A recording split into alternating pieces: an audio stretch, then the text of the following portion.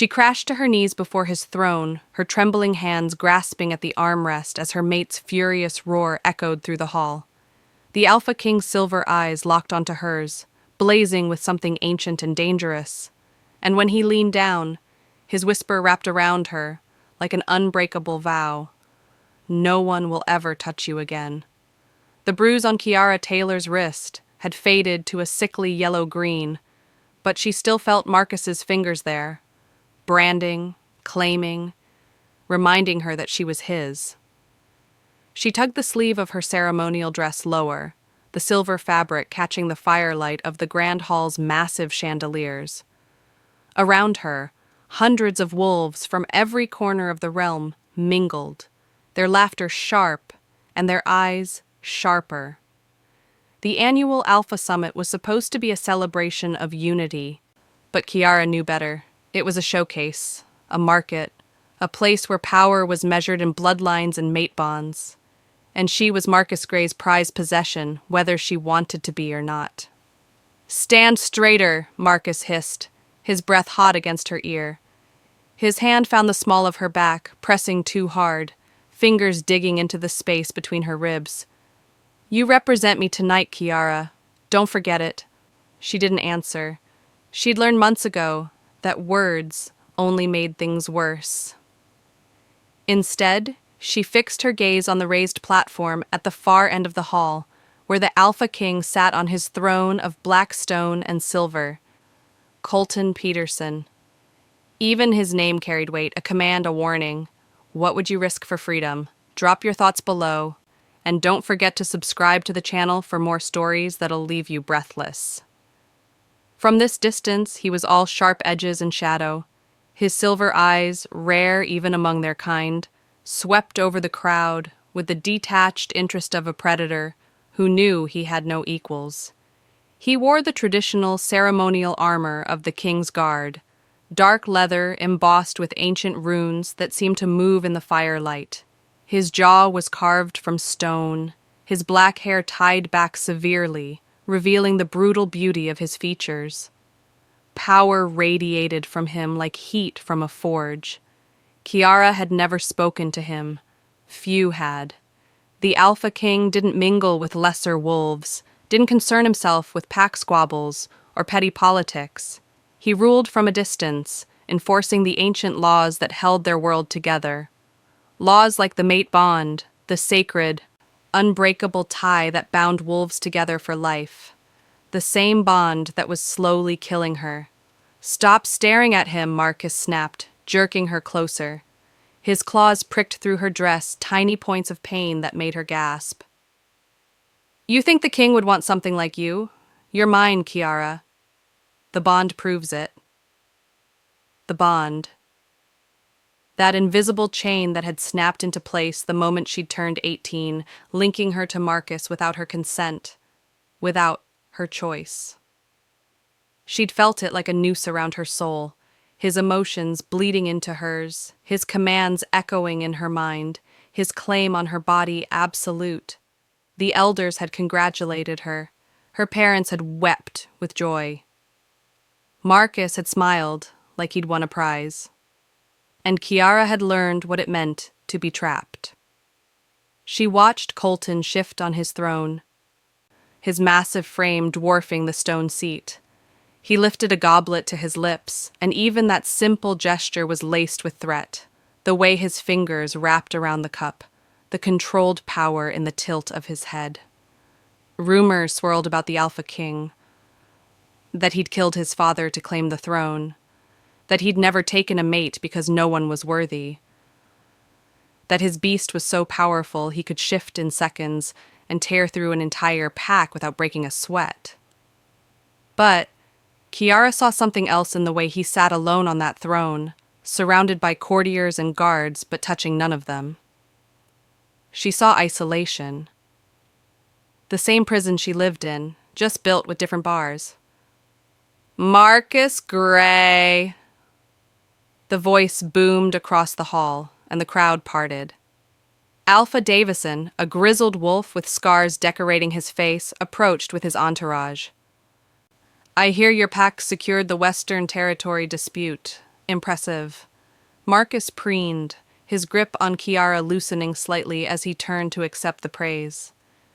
She took the opportunity to step back, creating inches of space between them. It wasn't much, but it was something. "The weak don't deserve territory," Marcus said, his voice carrying that edge of cruelty she knew too well. "I simply reminded them of their place." The alphas laughed and Kiara's stomach turned. She'd seen what Marcus called reminders. She'd bandaged the Omega wolves he'd beaten for perceived disrespect. She'd held the children who cried when their fathers didn't come home. And she'd been powerless to stop any of it, because the mate bond demanded her loyalty, her obedience, her silence. Her eyes drifted back to the throne. Colton was watching now, his silver gaze cutting through the crowd with predatory focus. For a heartbeat, their eyes met, and Kiara felt something crack inside her chest, not the mate bond, but something deeper, recognition, as if he could see past the pretty dress and forced smile to the desperation underneath. Then Marcus's hand was in her hair, yanking her head back, and the moment shattered. "I said greet Alpha Davison properly," Marcus snarled, his voice pitched low enough that only she could hear the venom in it. "On your knees!" The world slowed. Around them, conversations continued, glasses clinked, wolves laughed. No one was watching. No one cared. This was her life. Small humiliations, private cruelties, all hidden behind the sacred sanctity of the mate bond. Kiara's knees began to bend. The bond pulled at her, Marcus's will overpowering hers, forcing her body to obey even as her mind screamed in protest. She could feel his satisfaction bleeding through the connection, could taste his pleasure at her submission. But her eyes stayed locked on the Alpha King, and his silver gaze had gone molten. The air in the grand hall shifted. It was subtle at first, a collective intake of breath, a stillness that spread like frost across water. Kiara felt it even through the haze of the bond's compulsion, through Marcus's iron grip on her will. Then she heard it. Footsteps, heavy, deliberate, each one a declaration of power that made the floor seem to tremble. The Alpha King had risen from his throne. Marcus's hand tightened in her hair, but his confidence wavered. She felt it through the bond, a flicker of uncertainty, of primal recognition that something far more dangerous than him had entered the game. The conversations around them died. Wolves stepped back, creating a path without conscious thought, their instincts bowing before a superior predator. Colton Peterson moved through the crowd like a shadow given form. His ceremonial armor caught the firelight, those ancient runes seeming to pulse with each step. His silver eyes never wavered from Marcus, and in them, Kiara saw something that made her heart hammer against her ribs. Fury, cold, and absolute. "Release her." The Alpha King's voice was quiet, barely above a whisper, but it carried through the silent hall, like the promise of violence. Marcus's fingers spasmed in her hair before letting go. Kiara stumbled, catching herself against a nearby pillar, her scalp burning where he'd gripped too tight. The bond screamed at her to return to Marcus's side, to apologize for whatever imagined slight had drawn the king's attention, but her body refused to obey. "Your Majesty." Marcus bowed, but there was resistance in the gesture, challenge in the set of his shoulders. "I was merely correcting my mate's—" "I didn't ask for an explanation." Colton stopped 3 feet away, and this close, Kiara could see the savage beauty of him, the sharp planes of his face, the silver eyes that seemed to see straight through flesh to bone. "I gave you a command." The temperature in the hall plummeted. Kiara watched Marcus's jaw clench, watched him wrestle with his pride and his survival instinct.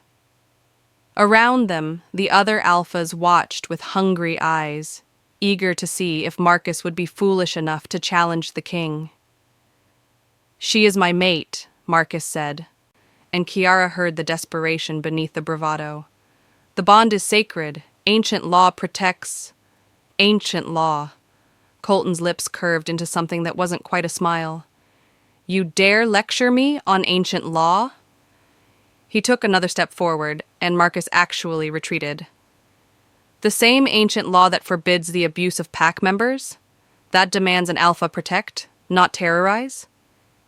Kiara's breath caught. He knew. Somehow the Alpha King knew.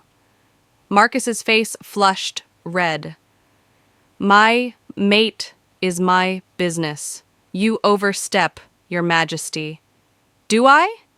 Colton's voice dropped even lower, and Kiara felt the power in it, not just authority, but something primal.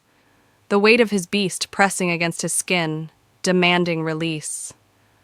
"Tell me, Marcus Grey, when did the mate bond become an excuse for tyranny?" The hall was frozen. No one moved. No one breathed.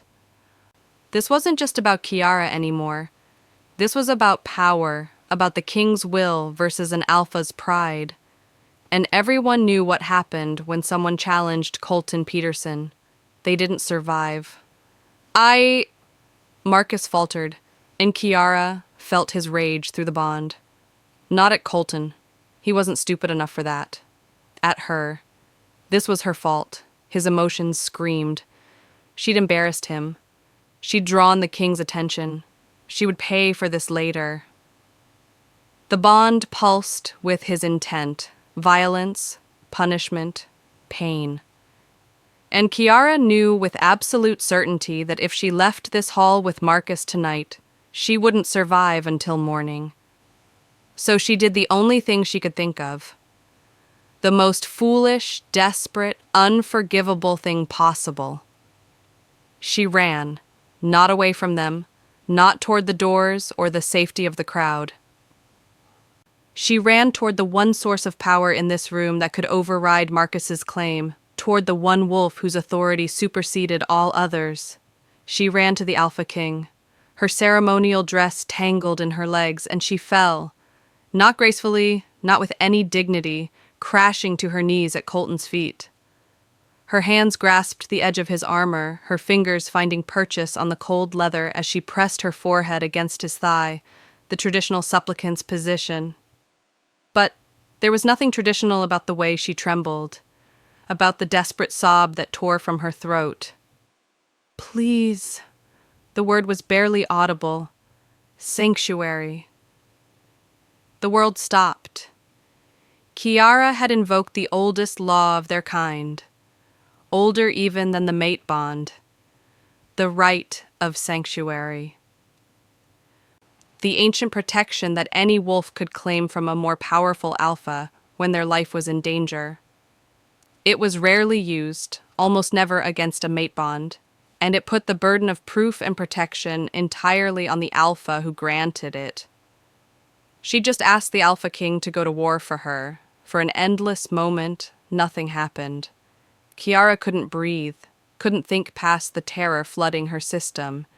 She'd broken every rule, violated every custom.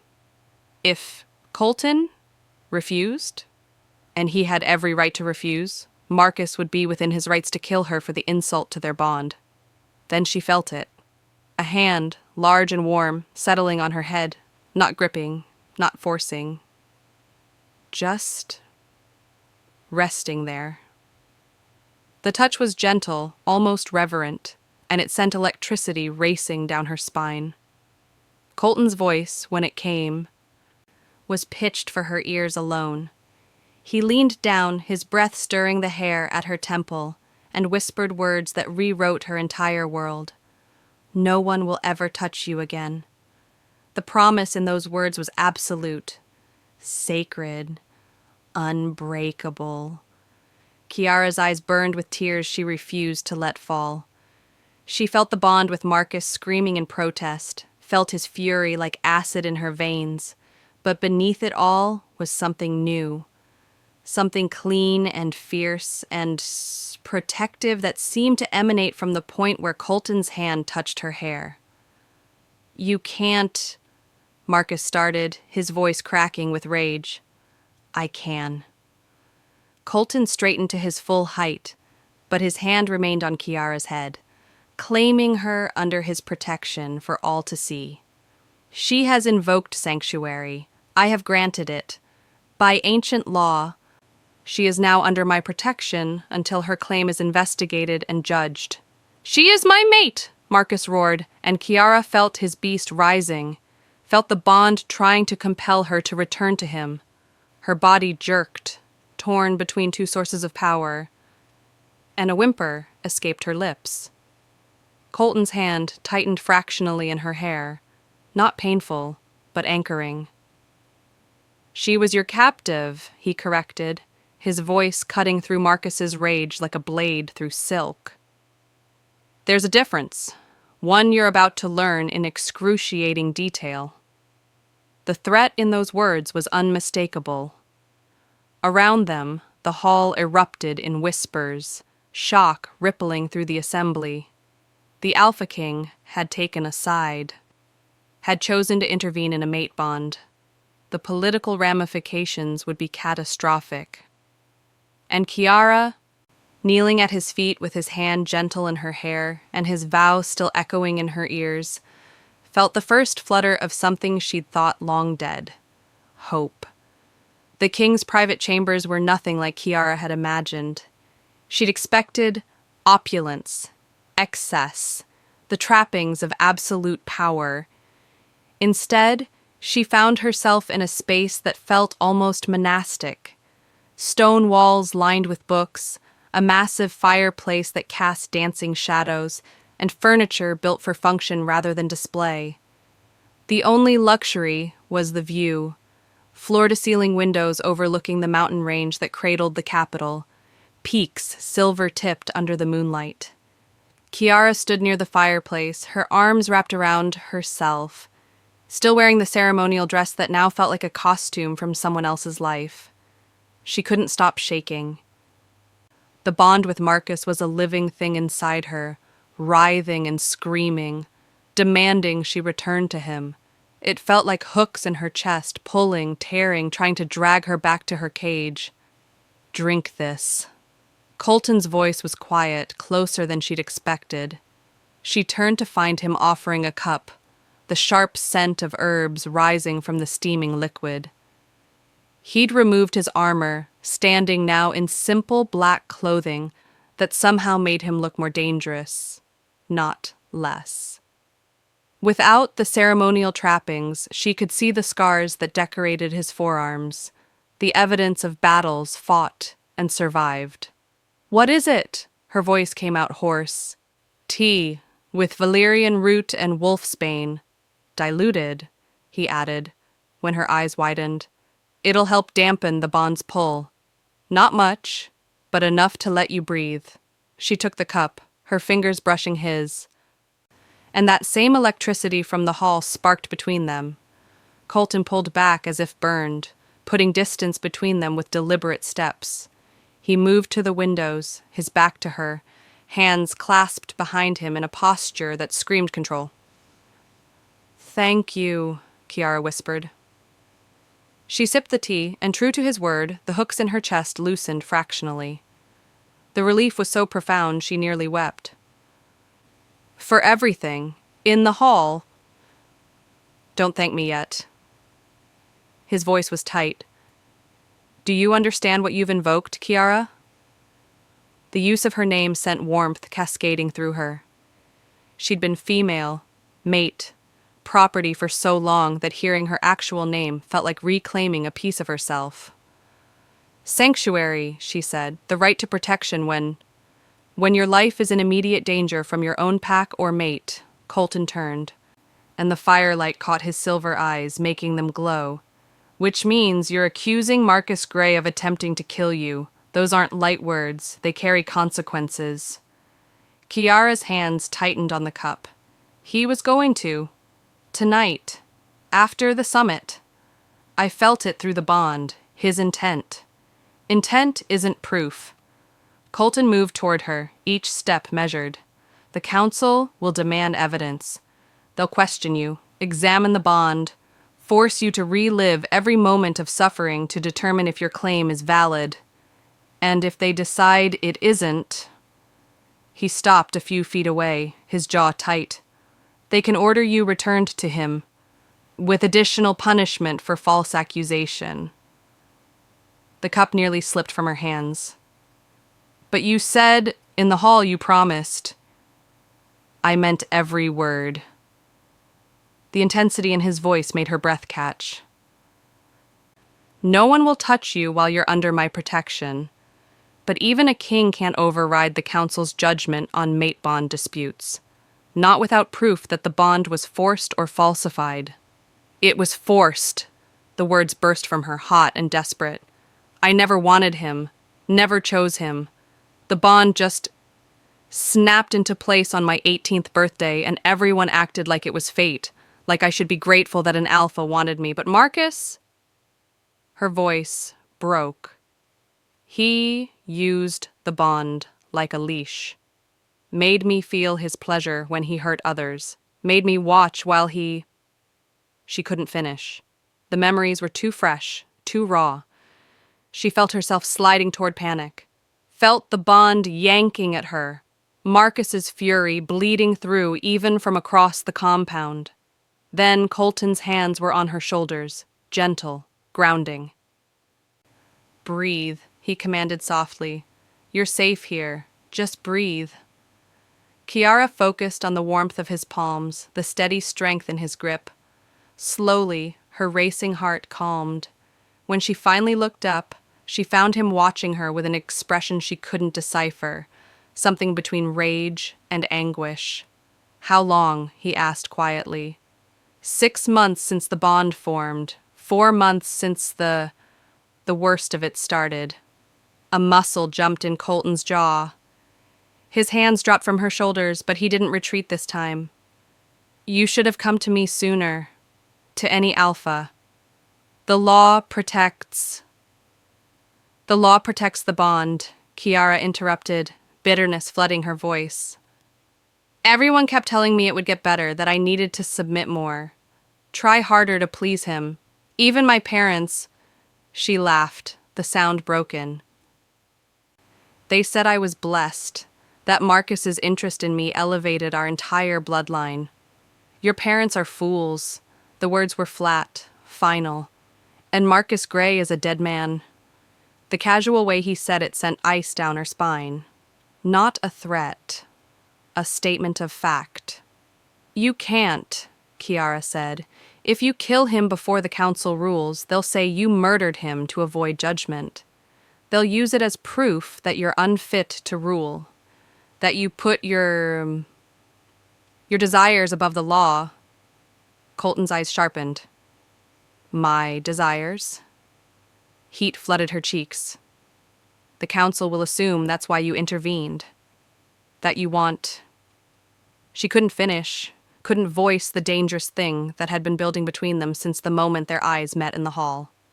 Want you? Colton finished quietly.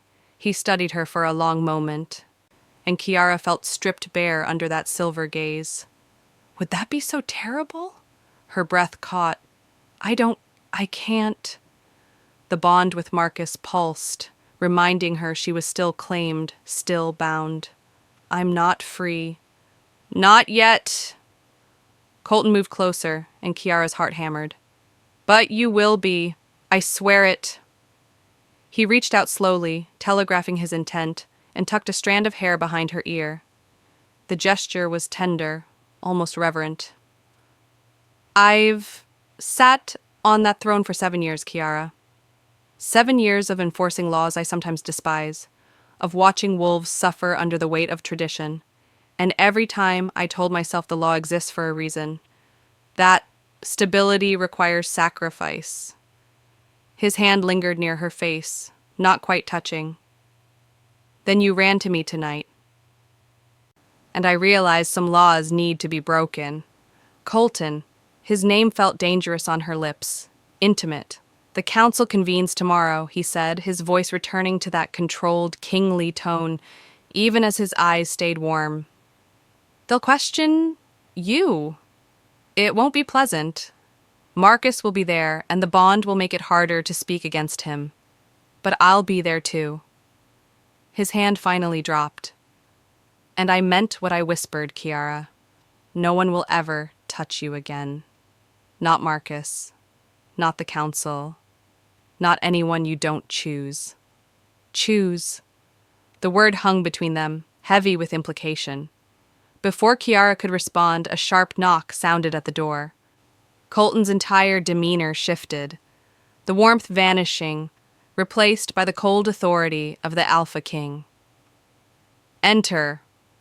The door opened to reveal a scarred wolf in guard uniform, his expression grim. Your Majesty, Marcus Gray is demanding an audience. He's threatening to invoke the challenge right. Kiara's blood turned to ice. The challenge right, the ancient law that allowed an alpha to challenge the king's authority through single combat. If Marcus won, he could override the sanctuary and reclaim her by force. Colton's smile was all teeth. Is he now? He turned to Kiara, and for just a moment she saw the beast beneath his skin, something wild and deadly. Stay here. Lock the door behind me. Whatever you hear, whatever you feel through the bond, don't come out until I return. He'll kill you, Kiara whispered. Marcus is not in my league. Colton moved toward the door, then paused. Have faith, Kiara. I've never lost a challenge. His silver eyes found hers one last time. And I don't intend to start now. Then he was gone. And Kiara was alone with her fear, her hope, and the terrible knowledge that somewhere in the compound, two alphas were about to go to war over her. What do you think will happen when Colton faces Marcus? Drop your predictions in the comments below. The bond twisted in her chest, carrying Marcus's rage and Colton's cold determination, and Kiara pressed her hand to her heart, praying to the old gods that she hadn't just sent her savior to his death. AC4. The climax. The challenge circle was ancient, carved into the stone courtyard at the heart of the palace compound, its boundaries marked by runes that glowed silver in the moonlight. Kiara watched from the balcony of Colton's chambers, her hands white-knuckled on the railing as wolves gathered below. Word had spread fast. A challenge against the Alpha King was rare enough. A challenge over a mate bond was unprecedented. She shouldn't have come to the window. Colton had told her to stay inside, to lock herself away from whatever happened next. But the bond wouldn't let her hide. It pulled at her.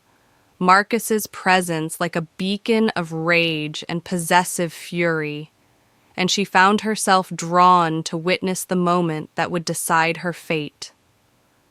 The council had assembled at the circle's edge, 12 ancient wolves whose combined age exceeded 5 centuries. They would judge the challenge, ensure the rules were followed, and recognize the victor. Among them stood Elder Miriam, her silver hair braided with ceremonial beads, her expression carved from granite. Then Marcus entered the circle. Even from the balcony, Kiara could feel him through the bond, his confidence, his certainty of victory. He'd stripped to the waist, his muscled frame on display, claws already extended. He was a formidable alpha, had killed 3 challengers before claiming his territory, and he was her mate, which meant the bond gave him strength, fed him power through their connection. She felt him pull on it now, felt him try to compel her to cheer for him, to want his victory. The bond screamed that she should desire Marcus's triumph, that her mate's success was her success. But all Kiara felt was terror that Colton might lose. The king entered the circle from the opposite side, and the gathered wolves fell silent. He'd changed into fighting leathers, his chest bare, revealing a tapestry of scars that told stories of violence survived. But it was his eyes that held everyone's attention. Silver flames in the darkness, fixed on Marcus with predatory focus. Marcus Gray, Elder Miriam's voice carried across the courtyard. You invoke the challenge right against King Colton Peterson. State your grievance. The king has violated sacred law. Marcus's voice rang out, confident and clear. He has interfered in a mate bond, stolen what is mine by ancient right. I challenge his authority and his judgment. If he will not return my mate willingly, then I will take her by force, as is my right as victor. Murmurs rippled through the crowd. Some wolves nodded in agreement. The mate bond was sacred, after all. Who was even a king to break it? Colton didn't speak, didn't defend himself. He simply stared at Marcus with the patience of a predator who knew the prey was already dead. King Colton, Elder Miriam continued, do you accept this challenge, knowing that defeat means death and the sanctuary you granted becomes void? I accept. 2 words, spoken quietly, but they carried the weight of absolute conviction. Then let the challenge commence. The fight ends in death or submission. The old laws will be honored. Elder Miriam raised her staff, and the runes around the circle blazed brighter. Begin! Marcus moved first, a blur of speed and violence, claws extended, going straight for Colton's throat. It was a bold opening, meant to overwhelm and intimidate. Colton sidestepped with liquid grace, and his fist drove into Marcus's ribs with a crack that Kiara heard from the balcony. Marcus stumbled, more surprised than hurt, and came around snarling. You're fast for a king who sits on a throne all day, Marcus taunted, circling. But speed won't save you. She's mine, Peterson. The bond proves it. And when I kill you, I'll make sure she feels every moment of your death through our connection. Kiara's stomach turned. It was true. If Colton died, she would feel it. The bond would carry Marcus's triumph directly into her soul, would force her to experience his pleasure at killing her protector. Colton's expression didn't change. You talk too much. Then he shifted. Not fully.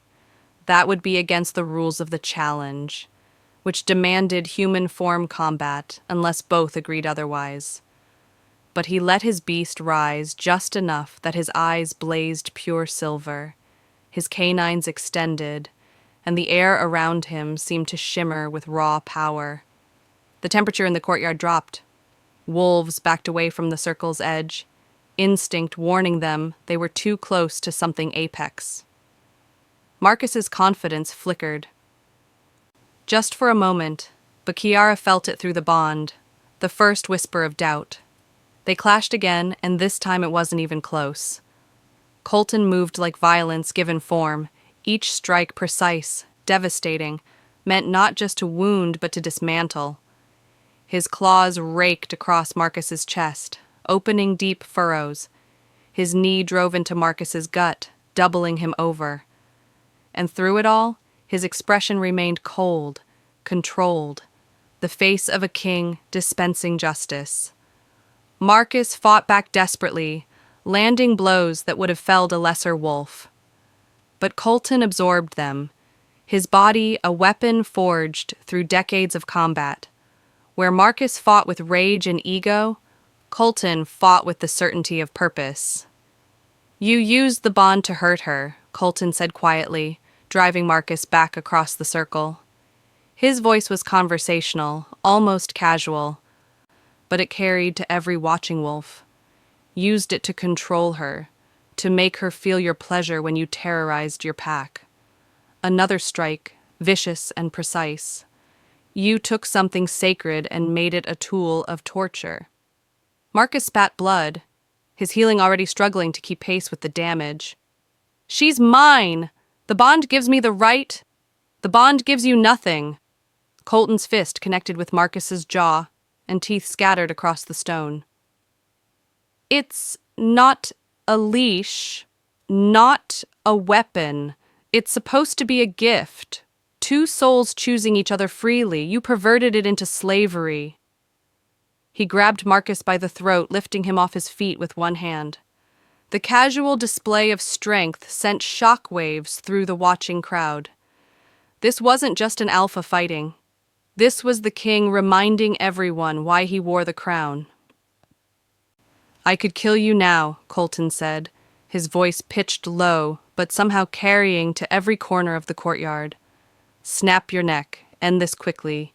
You deserve that mercy even if you gave none." His eyes flicked up to the balcony, finding Kiara's. And in them, she saw something that made her heart stutter. But she deserves more. She deserves to see you broken, to know you can never hurt her again. Marcus tried to speak, but Colton's grip tightened, cutting off air.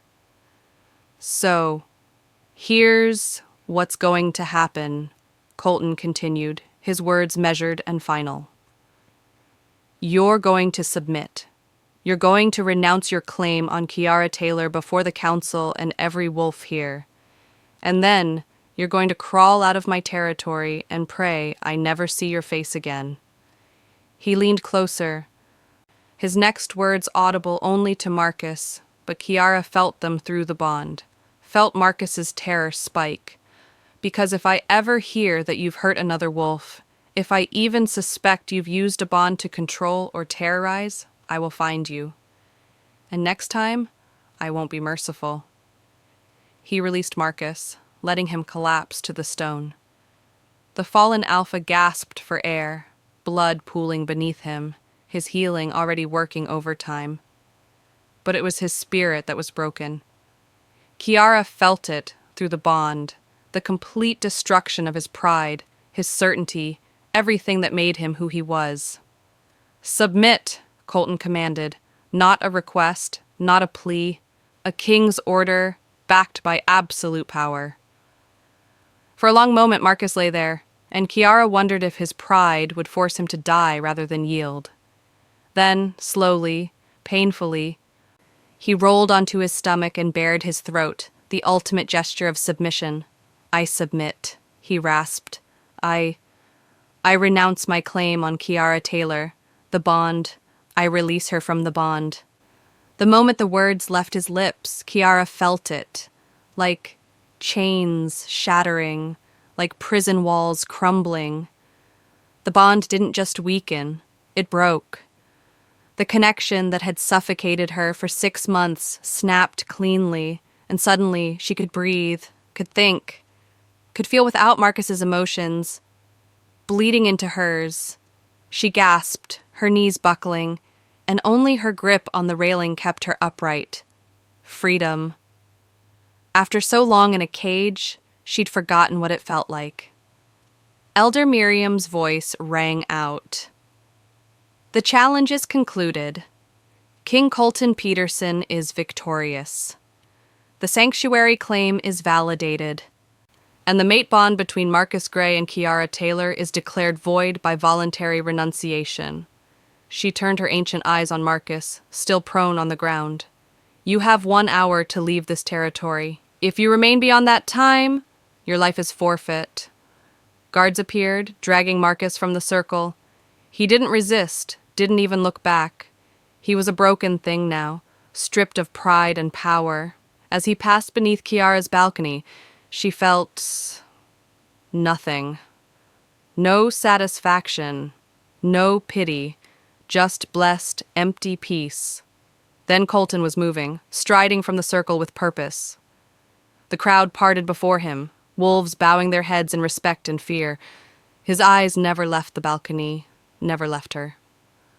Kiara stepped back from the railing, her heart racing for an entirely different reason now. She heard his footsteps in the corridor, heard the door open, and then he was there, chest still heaving from exertion, blood, Marcus's blood, streaked across his skin, but his eyes were gentle as they found hers. "It's done," he said quietly. "You're free." Kiara's vision blurred with tears she'd been holding back for 6 months. "You kept your promise." "Always." Colton moved toward her slowly, carefully, as if afraid she might bolt.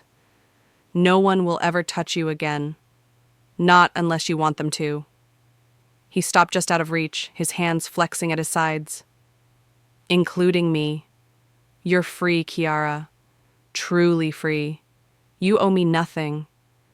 If you want to leave, return to your family, build a life away from all of this, I'll make sure you're protected. You never have to.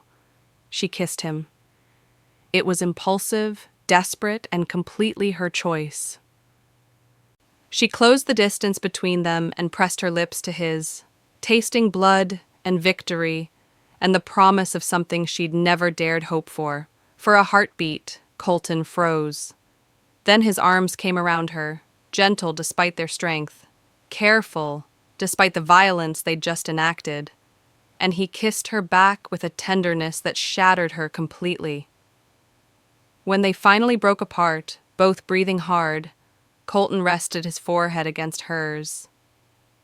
"You don't have to do this," he whispered. "You just escaped one bond. I won't trap you in another."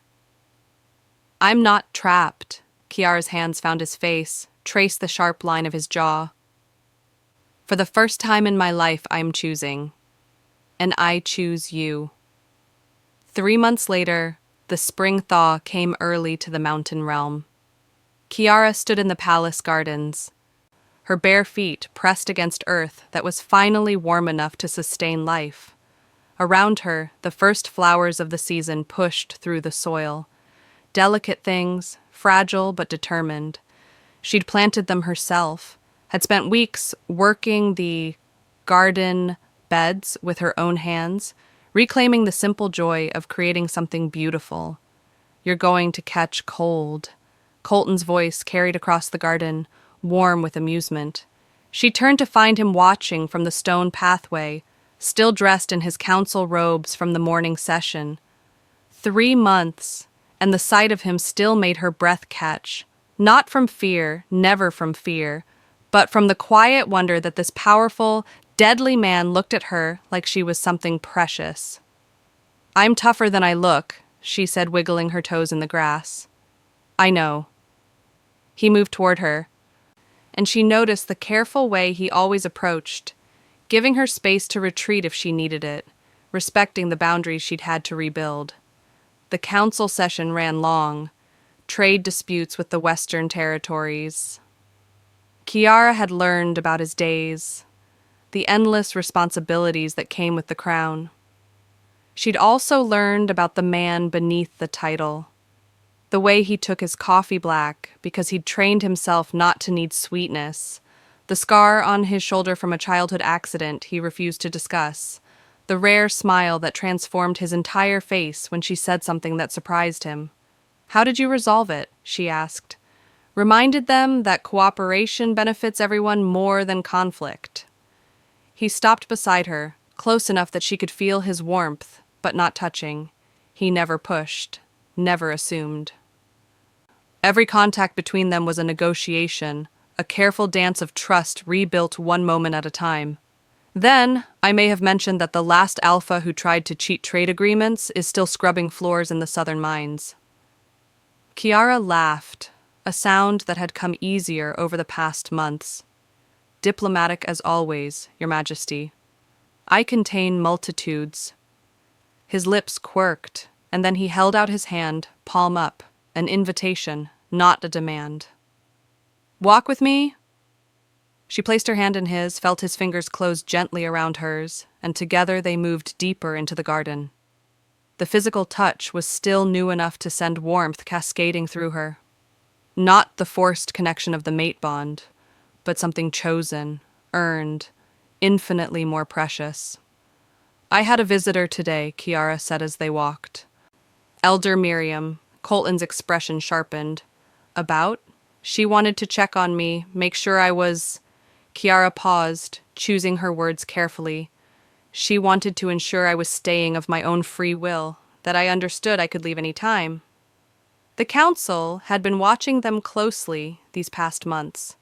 A king taking interest in a wolf he'd rescued from a mate bond. It raised questions about power, influence, whether Kiara was truly free or simply exchanging one cage for another. Elder Miriam had been the most vocal, demanding regular check-ins to verify Kiara's well-being. And what did you tell her? Colton's voice was carefully neutral, but Kiara felt the tension in his hand. I told her the truth. Kiara stopped walking, turned to face him. That I'm here because I choose to be. That you've never demanded anything from me, never used your position to pressure me. That you sleep in the guest chambers even though I can feel how much you want to be closer. She stepped into his space, watching his silver eyes darken. I told her that for the first time in my life, I understand what it means to be free. And I choose to spend that freedom with you. Colton's free hand came up slowly, cupping her face with a gentleness that still amazed her. You never have to explain your choices to the council. Or to me.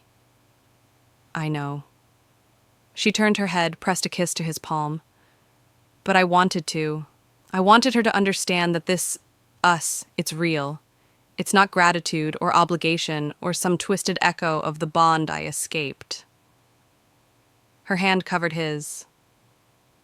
I'm falling in love with you, Colton. Not because you saved me, but because of who you are. The way you carry responsibility even when it crushes you. The way you listen to the smallest pack member with the same attention you give elders. The way you've never once made me feel like I owe you anything. His breath caught. Kiara, I know it's complicated, she continued quickly.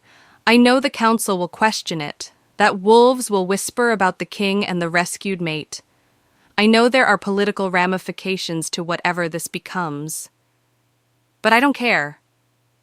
She rose on her toes, bringing her face closer to his. I spent 6 months being told who I had to be, what I had to feel. I'm done letting others decide my life.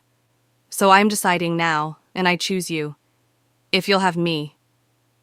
For a moment, Colton just stared at her, and Kiara saw the raw emotion flickering across his face. Hope and fear, and something that looked like awe. Then he was kissing her, deep and thorough, his arms pulling her close while still maintaining that careful gentleness that defined everything between them. When they broke apart, both breathing hard, Colton rested his forehead against hers. I don't deserve you, he whispered. Probably not, Kiara agreed, smiling. But you're stuck with me anyway. He laughed, a real laugh, warm and free, and the sound wrapped around her heart. The council will have opinions. Let them. Kiara's fingers traced the line of his jaw.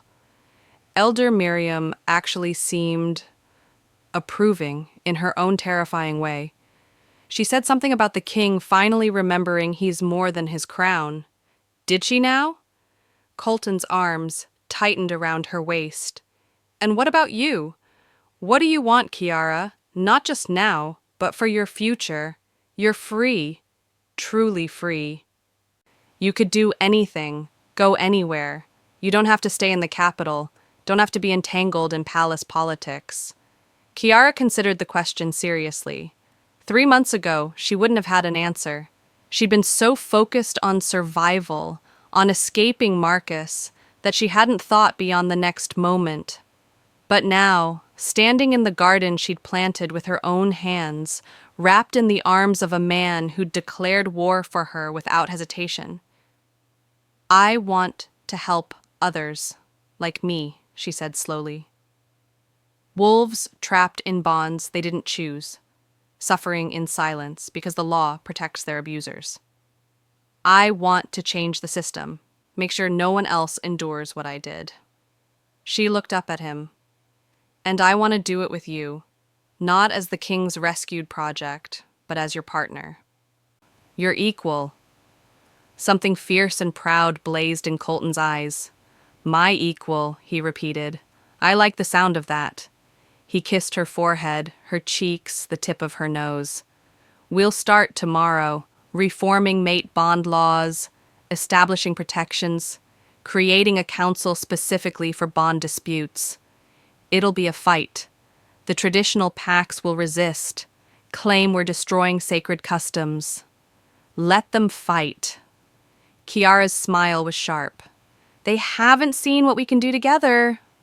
No, Colton agreed, his grin matching hers. They haven't. They stood there in the garden as the sun began to set, painting the sky in shades of gold and crimson. Around them, the flowers Kiara had planted swayed in the breeze, fragile but growing stronger every day, much like her. I meant it, Colton said quietly. What I whispered that night in the hall, no one will ever touch you again, not without your permission, not while I draw breath. I know. Kiara pressed closer, savoring the solid warmth of him. And I believe you. But Colton? She pulled back just enough to meet his eyes. I want you to touch me. I choose you to touch me. Every day, for as long as you'll have me. The smile that broke across his face was blinding, pure joy with no shadows, no walls. Then I guess we're both making choices today. Good choices, Kiara agreed. The best, Colton confirmed and kissed her again as the sun set over their mountain realm. The new Bond Protection Council convened for the first time in the palace's eastern wing, a space Kiara had designed specifically for wolves seeking refuge. Comfortable chairs, warm colors, windows that let in natural light. Nothing cold or intimidating, nothing like the sterile grand hall where she'd once knelt at a king's feet. Kiara stood before the assembled council members, a mix of elders, alphas, and wolves who'd survived their own bond traumas, and felt Colton's presence behind her. Not hovering, not controlling, just there, supporting her as she'd supported him through a year of political battles and legal reforms. The old laws said the mate bond was sacred and unbreakable, Kiara began, her voice steady. But sacred doesn't mean immune to corruption. Unbreakable doesn't mean healthy. She looked around the room, meeting each wolf's eyes. Today, we establish new protections. Any wolf may petition to have their bond investigated if they believe it was forced, falsified, or is being used as a tool of abuse. No longer will mates' rights be an excuse for violence. Elder Miriam, now head of the new council, nodded approvingly. The king has signed the reforms into law. They are effective immediately across all territories. Murmurs of approval rippled through the room. It had taken a year of negotiation, compromise, and more than a few threats from Colton, but they'd done it. They'd changed the system. After the meeting concluded, Kiara found Colton waiting in the corridor, leaning against the wall with his arms crossed and a smile playing at his lips. In the year since that night in the garden, he'd softened, not weakened, but allowed himself moments of peace, of happiness. The crown sat easier on his shoulders now that he had someone to share its weight. "How does it feel?" he asked. "Changing the world?" "Exhausting," Kiara admitted, moving into his arms. "Terrifying. Amazing." "That's my girl," he pressed a kiss to her temple. "Elder Miriam wants to discuss extending the reforms to bonding ceremonies themselves, adding consent protocols." "Of course she does," Kiara laughed. "That woman is relentless." "She reminds me of someone." Colton's eyes gleamed with affection. "Someone who refuses to accept injustice just because it's tradition. I learned from the best." Kiara rose on her toes, kissing him softly. "A king who taught me that true strength means protecting those who can't protect themselves. And a woman who taught me that the crown means nothing if I'm not willing to break unjust laws to do what's right." Colton gathered her closer. "We make a good team." "The best," Kiara agreed, echoing the words from that sunset in the garden a year ago. Around them, the palace hummed with life, wolves who'd found refuge within these walls, who'd been rescued from bonds that broke them, who were learning what it meant to choose their own futures. And at the center of it all stood a king and the woman he'd sworn to protect, building a new world together, one choice at a time.